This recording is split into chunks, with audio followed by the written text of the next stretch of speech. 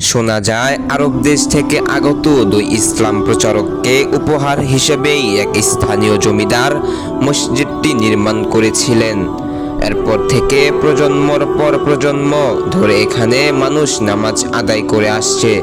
এলাকাবাসীর কাছে এ মসজিদ কেবল একটি উপাসনালয় নয়, বরং ধর্মীয় ও ঐতিহাসিক গৌরবের প্রতীক।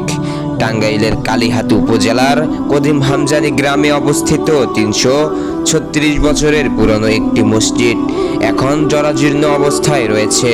প্রাচীন এই মসজিদটি শুধু নামাজ আদায়ের স্থান নয়, বরং ইতিহাস ও ধর্মীয় মূল্যবোধের একটি জীবন্ত নিদর্শন।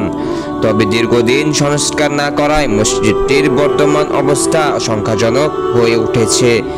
কিন্তু বর্তমানে মসজিদের ছাদ পুড়ে পানি পড়ে এবং দেওয়াল দেখা দিয়েছে ফাটল।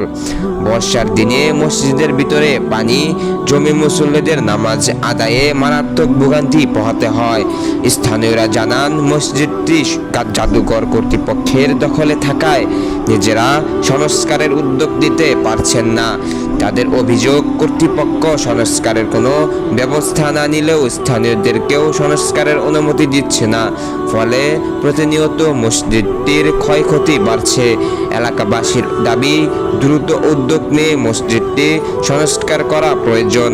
তাদের মতে শুধু ধর্মীয় কার্যক্রম নয়, ইসলামের প্রচার ও প্রসার ও ইতিহাস সংরক্ষণের জন্য মসজিদটিকে রক্ষা করা অত্যন্ত জরুরি।